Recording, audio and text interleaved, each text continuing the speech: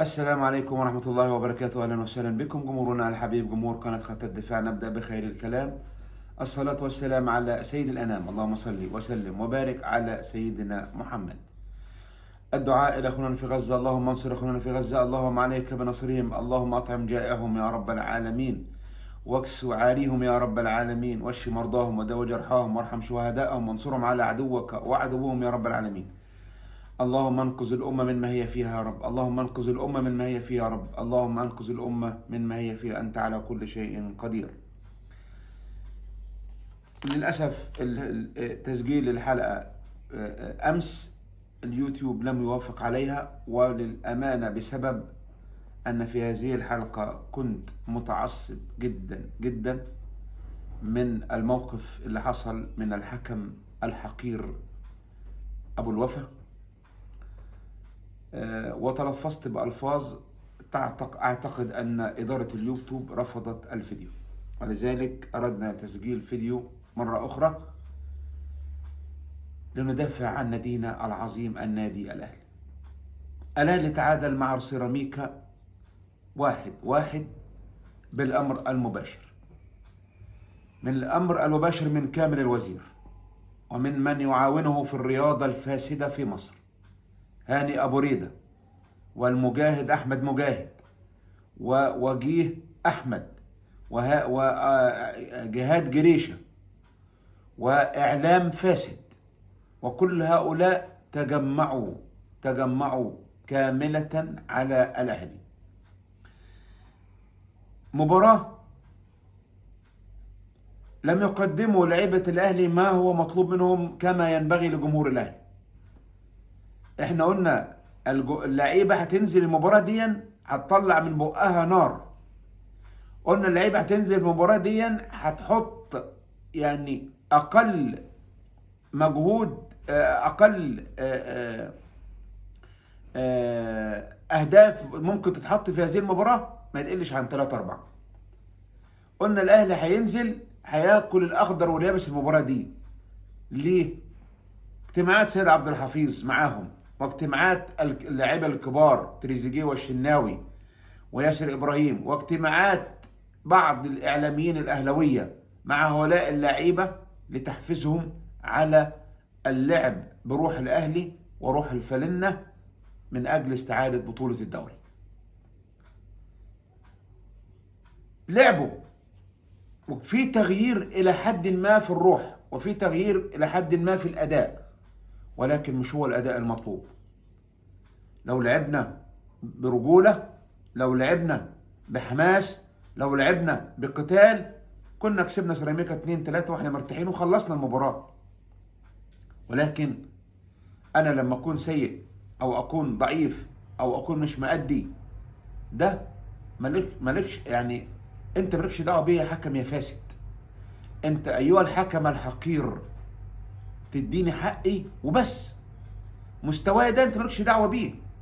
مستوى النادي الاهلي ادارته وجماهيره هي اللي تحاسب اللعيبه فيه. انت تديني حقي ايها الحقير السافل المرتشي، ومالكش دعوه بالباقي. اديني حقي، انا مش بطالب غير حقي. امبارح ضربه جزاء واضحه، وضوح الشمس برؤية العين للنادي الأهلي أمام أعين هذا الحكم الفاسد المرتشي الزملكاوي العرة الحقير. اللاعب يعني محمود عاشور حكم الفار استدعى الحكم، استدعاه وقال له تعالى شوف اللعبة دي فيها ضربة جزاء. قعد يقول له لا هات لي الزاويه اليمين، لا هات لي الزاويه الشمال، لا هات لي الزاويه اللي فوق، لا هات لي الزاويه اللي تحت. وفي النهايه رجع مفيش ضربه جزاء. الكره دي هيطلع حقير من حقراء واعلام الزمالك العره الكاذب المنافق كلهم مدلسين، على راسهم ايمن يونس. هيطلع يقول لك يعني ايمن يونس ما بيسيبش فاول للزمالك الا ما بعلق عليه، انما على ضربه الجزاء ديت ما علقش. هيقول لك انه سيراميكا كان له ضربة جزاء في السوبر زي دي بالظبط. لا، مش زيها ايها الحقير المدلس. لا، في السوبر ياسين مرعي كان بيلم ايده، ومع ذلك الكرة جاية من زميله وبيلم ايده، بينما احمد هاني بيفتح ايده. في فرق بين انت بتحاول تبعد ايدك عن الكرة والكرة بتروح لك، وفي فرق انت بتفتح ايدك وتروح للكرة. ايها المدلسون المنافقون الكذابون المضللون. فيجي الحكم يلغي ضربة الجزاء في فجر تحكيمي وكفر تحكيمي وضلال وتدليس ونفاق ما حصلش في تاريخ مصر. انا مش هقول لكم الكلام ده من عندي. ادي الكابتن توفيق السيد مع مجدي عبد الغني، اسمعوه بيقول ايه. ده راجل حكم دولي وكان رئيس لجنة حكام وغيره وغيره وغيره، بس ده الفيديو اللي موجود معانا. اتفضل.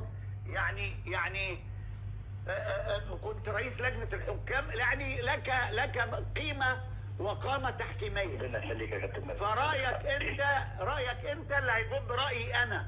مش لا، انا غير متمسك، لكن دي وجهة نظري. اتفضل يا كابتن توفيق. انا هتماشى تماما مع وجهة نظر حضرتك. ركلة جزاء صحيحة الحقيقة لم تحتسب لصالح النادي الاهلي. في قرار يا كابتن مجدي انا بعتبره الحقيقة والقرار الاغرب والاسوأ في تاريخ التحكيم المصري. تمام. يعني بص، وصلنا للحته دي كمان. يعني انا بعتبر ان القرار بالنسبه لي انا كتوفيق سيد قرار غريب جدا وعليه علامات استفهام كبيره جدا الحقيقه. ايه هو؟ قرار ركله جزاء، قرار كره ركله جزاء 100%. قرار عدم احتسابها ركله جزاء. قرار عدم احتساب لعبه ركله جزاء. لما يكون عندك الحكم رقم 1 في افريقيا ومن المصنفين على العالم في الفار محمود عاشور يا كابتن مجدي. يعني هو محمود بعت له قال له ضربه جزاء. محمود قال رايه. معنى انا بعت لك، انا بقول لك تعالى انت القرار اللي احتسبته او اللي انت ما خدتوش وقرار خاطئ، انا بحاول اغير لك قرار. هو ده كابتن توفيق، هو ده الحوار الطبيعي عشان الناس خليها تعيش معانا. يعني هو ده الحوار الطبيعي اللي بيحدث بين الفار وبين الحكم. بالظبط. شفتوا؟ قال لك أسوأ قرار تحكيمي حصل في تاريخ مصر. قال لك بما ان محمود عاشور افضل حكم فار في افريقيا بل في العالم، استدعاك وقال لك تعالى، معناته ان هو شايف حاجه انت مش شايفها. فلما يجيبك ويقول لك دي ضربه جزاء، تبقى انت تقتنع بكلام الراجل اللي احسن منك واللي اقدم منك واللي عنده خبره اكتر منك ايها الحقير. لكن رجع ولم يحتسب ضربه الجزاء. وهنا الاهلي، شوفوا خلينا نكون مقتنعين بحاجه، مستوى الاهلي السنه دي سيء، لكن امبارح اللعيبه تغيرت بنسبه عن جميع المباريات السابقه. لكن انا بطالب بحقي.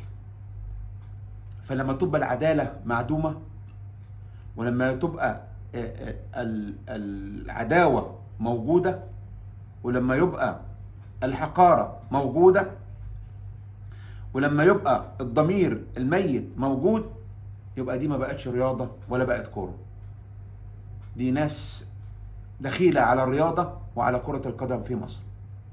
النادي الاهلي يحارب محاربه اليهود. النادي الاهلي الاعداء كثر، الاعلام ضده، اتحاد الكره ضده، لجنه التحكيم ضده، اعلام الزمالك ضده. لا تتخيل حجم. انت عارف الحكام في افريقيا بقوا بيدوسوا على الاهلي ليه؟ لانهم شايفين ان الاهلي متداس عليه في بلده، فبقول له اخرس، انت عندك في مصر دايسين عليك، جاي تتنطط عليا في افريقيا؟ ده انا هدوس عليك وعلى بلدك كمان. تمام؟ فهنا وجود حكم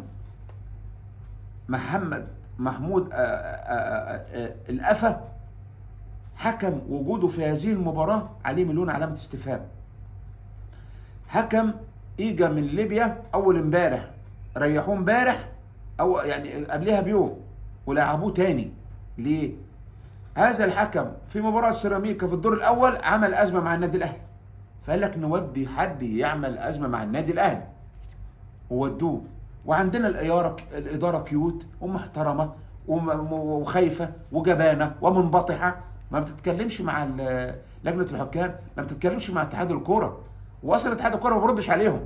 ده هنا أبو ريدة حاططهم تحت جزمته كلهم، تمام؟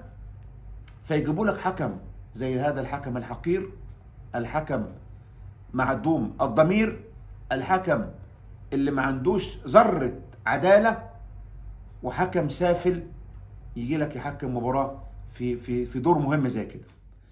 لأن الخطيب بخيل، لأن الخطيب مش عاوز يصرف على النادي، الخطيب عاوز يجيب فلوس بس للنادي، عشان مجلس الإدارة ده بيحقق أرباح، والجمهور يولع، الجمهور يزعل، يولع، يموت، يمرض.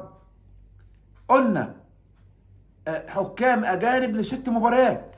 الكابتن ضياء امبارح قال لك لن يستطيع الأهلي أن يفوز بأي مباراة بحكام مصريين.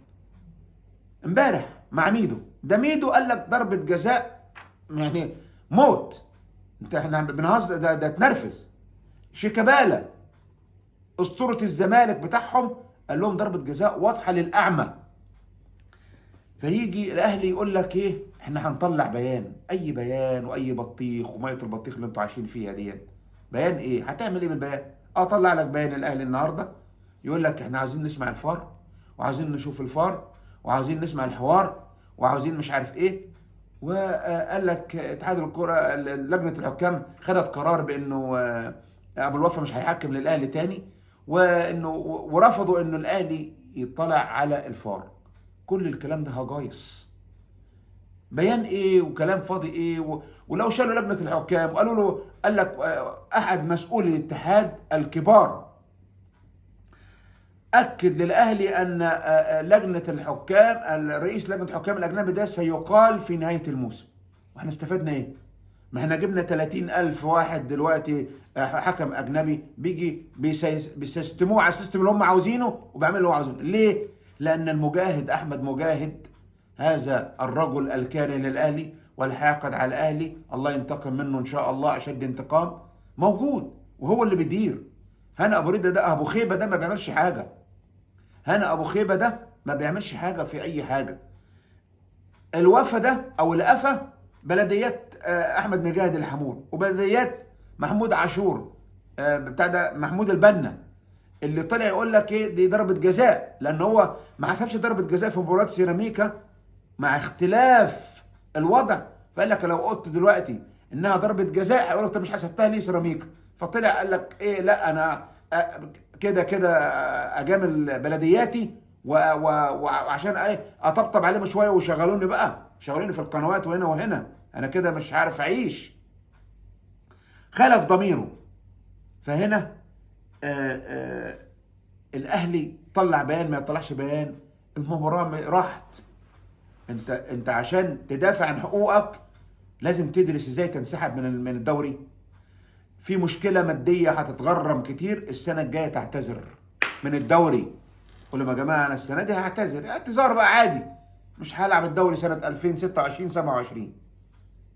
هتقول لي ما في الاهلي عاوز يروح كاس العالم ان شاء الله في 28 يرجع يشتغل تاني، يروح يلعب في السعوديه، يروح يلعب في الامارات. الاهلي خلاص طالما كل الرياضه ضد الاهلي، اعلام واتحاد وحكام وبره الليله دي كلها الناس اللي ماسكه البلد ضد الاهلي، خلاص يبقى الاهلي يروح يلعب في حته تانيه. زي ما الهلال بيلعب في تنزانيا، يروح الاهلي يلعب في السعوديه في الدوري السعودي، يلعب في الدوري الاماراتي، يلعب في الدوري القطري، يلعب في الدوري الجزائري. واي اتحاد يتمنى دخول الاهلي طالما كل الناس ضد الاهلي. لكن بالطريقه دي مجهود لعيبه ومجهود اداره ومجهود جمهور يضيع عشان حكم فاسد حقير. الاهلي لعب قدام منتخب الاهلي، لعب قدام السعوديه كسب 4، منتخب الاهلي لعب قدام اسبانيا وتعادل 0-0 المصنفه الاولى عالميا. هم لعيبه الاهلي اللي كانوا بيلعبوا. ليه؟ لان في مدرب رقم 1 وفي عداله تحكيميه. العدالة التحكيمية التي ماتت في مصر وانتهت إلى الأبد بوجود هؤلاء السفلة المجرمين اللي أسسهم الحقير عصام عبد الفتاح. عصام عبد الفتاح لما كان ماسك لجنة الحكام عمل اختبارات لكل حكام مصر. أي واحد كان انتمائه أهلاوي كان بروح على بيته على طول، بروح يقعد بالبيجامة. أي واحد انتمائه زملكاوي زي الأفا ده وزي حمادة القلاوي وزي الحنفي وزي قمر الدولة وزي نادر مش عارف مين وزي محمود ناجي الزمالك وزي كل هؤلاء الشرذمة اللي موجودين حاليا في الرياضة المصرية وفي لجنة التحكيم بالتحديد. لذلك الأهلي لازم ياخد قرار، لازم ياخد قرار. الوضع كده أصبح صعب جدا. الأهلي بيتحارب حرب شرسة. ليه؟ ده الأهلي اللي رافع راس مصر. ده الأهلي الوحيد اللي بيرفع علم مصر بره، هو النادي الأهلي. بيرفعها بالبطولات، مش بيرفعها بيروح يلعب ماتش ويتغلب ويروح، لا بيرفعها بالبطولات. الأهلي بقاله 25 سنة مسيطر على أفريقيا، بينما نادي تاني ما دخلهاش، ما مسكش بطولة أفريقيا، ومع ذلك يلقى كل الدعم، إعلام واتحاد وخارج الإعلام وخارج الاتحاد أيضا ولجنة التحكيم وكله. الفاسد هاني أبو ريدة والمجاهد أحمد مجاهد الحاقد والكاره للأهلي. هو وأبو ريدة المجاهد هو من يدير التحكيم في مصر. هذا الفاسد الحقير السافل اللي يعني بيفعل كل ما هو في وسعه من أجل الزمالك وضد الأهلي. أحمد مجاهد بيتدخل في كل حاجة في الاتحاد، هو من عين أبو الوفا، وهو من بعين المساعدين بتوع أبو الوفا، وهو اللي بعين أي حكم للأهلي، وهو اللي حتى الحكام الأجانب اللي الأهلي بيطلبهم هو اللي بيختارهم. ليه؟ لأنه كاره للأهلي وحاقد على الأهلي. نسأل الله أن ينتقم منه إن شاء الله، ونشوفه كده في يوم يظلم كده ويتشرشح كده قدام الناس. الرياضة المصرية فاسدة. أوسكار رئيس لجنة الحكام صرح قبل كده وقال لك أي فريق عاوز يشوف المحادثة ويسمع المحادثة اللي بين الفار والحكم يجي ويدفع رسوم ويشوفها. النهارده بقول لك ممنوع، اللوائح تمنع. أي لائحة يا ابن اللائحة اللي تمنع؟ مش أنت اللي صرحت، مش أنت اللي قلت. طب ما تتغير اللائحة، إيه المشكلة؟ غير اللائحة يا ابن اللائحة، إيه المشكلة؟ لا، لكن طالما ضد الأهلي لا. يعني أحمد قيشو الإعلام الأهلاوي جاب لك نفس الفاول ده، لمسة اليد دي الحكم أبو الوفا حسبها لصالح سيراميكا في مباراة فاركو. في مباراة الأهلي امبارح محمد هاني وياسين مرعي وياسر إبراهيم نفس اللمسة بالظبط حسبها عليهم ومن مسافة بعيدة جدا، بينما كان قدام عينه شايفها الحقير السافل المنحط وما حسبهاش. ده يدل على انه الرياضة المصرية فاسدة، ومن يدير الرياضة المصرية فسدة مجرمين يستحقوا السجن لانهم فسدة مجرمين. ضيعوا سمعة مصر في التحكيم، ضيعوا سمعة مصر في الرياضة، ضيعوا سمعة مصر في كل حاجة. هنا ابو ريدة جاي هو اللي جايب اوسكار، فانت متخيل ان اوسكار ده هيبقى كويس؟ ما هنا ابو ريدة فاسد اصلا، ده هم جايبينه عشان المصلحة، العمولات والبيزنس اللي بيحصل من تحت الترابيزة. بيتكتب انه بياخد 200,000 مثلا في الشهر، وهو بيوصله مثلا 60-70,000 دولار، والباقي كله مضروب يا باشا، مضروب. البلد بتتسرق وبتتنهب. انت كم جمهور عمرك شفت خير لمصر من ورا هاني ابو ريدة؟ انسى، مستحيل تشوف من وراه خير. عمل ايه لمصر وهو في الفيفا وفي الاتحاد الافريقي المكتب التنفيذي؟ ولا اي حاجه. هو بيستفيد من مصر بس، انما يفيد مصر في اي حاجه؟ رئيس الاتحاد التونسي في لجنه الانضباط في الاتحاد الافريقي جاب لي الاهلي، الاهلي قدم على الاستئناف ما رضيش يعمل الاستئناف عشان ما يجيبش الجمهور. لا، كان عنده ادله زي ما حصل مع الترجي يحصل معايا، وقف الدنيا، شكروه تاني يوم. انما هاني ابو خيبه ضد الاهلي، فازاي يساعد الاهلي؟ اذا كان هو ضده هيساعده؟ انتوا مجانين. هاني ابو ريده الفتره اللي كان ماسك فيها فشل ذريع جدا. ده انت اتهزمت على ارضك من جنوب افريقيا وطلعت من دور ال 16 عمرها ما حصلت، وطردوه طردة الكلاب. الجماعه الفاسده بقى اللي بيديروا الرياضه في مصر رجعوه تاني عشان ينانوس الزمالك، وعشان يمثلهم اللي هم عاوزينه، وعشان يعملوا اللي هو عاوزينه.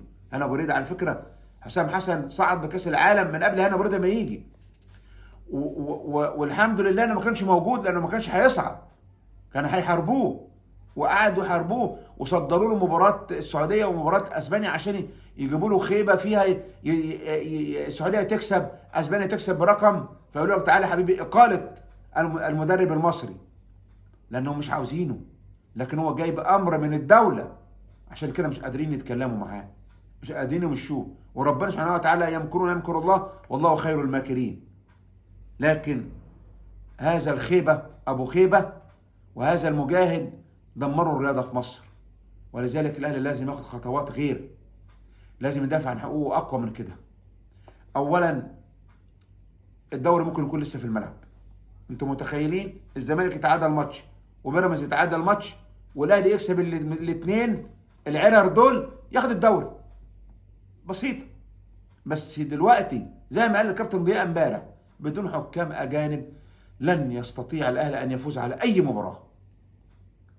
والله العظيم لو اللعيبه طلعت من بقها نار الحكم هيحجمهم. امبارح اي لمسه على سيراميكا فاول، نفس الفاول لينا انسى، لانه حقير، لانه نجس، حكم خنزير.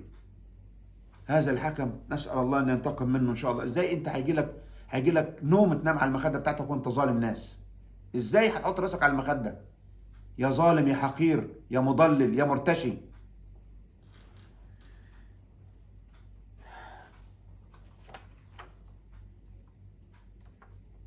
شوفوا الاهلي دلوقتي مش قدامه. اولا المباراه صعبه تتعاد حتى لو حققوا مع الحكم، وحتى لو في الادله تعيد المباراه مش هيعيدوها للاهلي. لا هاني ابو ريده هيعيدها، ولا المجاهد، ولا اللي ماسكين الرياضه اللي هم خارج الرياضه، الناس الكبار اللي في البلد اللي هم بيحاولوا يدمروا الاهلي. فعلى الاهلي التمسك بالامل انه هو يعني يكسب المباريات اللي جايه كلها، ونامل من الله ان عداله السماء تنزل على الدوري المصري. نامل من الله ان عداله السماء تنزل على الدوري المصري، واللي بيعملوه ضد الاهلي ينقلب عليهم ان شاء الله، وينقلب السحر على السحر. الاهلي بيطالب بتحقيق وفتح تحقيق وسماع الفيديو، علشان الحكم الحقير بعد المباراة انذار لحسين الشحات، وانذار لوليد صلاح الدين، وطرد مش عارف لوليد صلاح الدين، وطرد لعادل مصطفى، وطرد للشناوي، واتهام الشناوي بانه اعتدى عليه. فالاهلي عاوز يسمع الفار وتسجيل الفار عشان السماعات شغالة. حسين الشحات بيقول لك ده بيشتمني، واضحة بيقول لك بيشتمني. الحكم شتم حسين الشحات وشتم الشناوي وشتم ناس كتيرة جدا لأنه بلطجي. فالأهلي بيطالب بسماع التسجيل علشان يدين الحكم. امبارح الحكم بيضرب تريزيجيه في صدره. تريزيجيه ده جزمته أشرف منك. تريزيجيه ده خدم بلد وخدم منتخب وأنت ما عملتش حاجة أيها الحقير. فالأهلي يدافع عن أبنائه، ودافع عن الشناوي، ودافع عن حسين الشحات، ودافع عن وليد وعادل مصطفى، ودافع عن النادي. كفاية بقى، كفاية نخوع وخضوع. دافع عن ناديك يا خطيب انت ومجلس ادارتك، واللي يحصل يحصل. اطلعوا قولوا في الملأ ايه اللي بيحصل معاكم عشان الجمهور يعرف. اطلعوا اتكلموا، لكن دافع عن النادي. ولازم حكام اجانب ال4 مباريات. مش هتجيب حكام اجانب، الدوري راح منك كل سنه وانت طيب، وتوجه للزمالك وخلصت من بدري، وهو برضه بايدينا. الاهلي اول مره يتعادل 9 مباريات في الدوري ويتغلب 3 مباريات. كارثة، كارثة في تاريخ النادي الأهلي في وجود هذا المجلس وهذا المدرب الفاشل اللي اسمه تروب. نسأل الله أن يعوض الأهلي الظلم اللي بيتعرض ليه، نسأل الله أن ينتقم كل من ظلم الأهلي، نسأل الله أن ينتقم من كل من يعادي الأهلي ويحقد على الأهلي بدون داعي إن شاء الله. إلى هنا نكون انتهينا من هذا الفيديو. على أمل أرجوكم ادعموا القناة واعمل لايك واشترك في القناة لو أنت مش مشترك معنا عشان نقدر دايما ندافع عن نادينا العظيم. دمتم وفي أمان الله.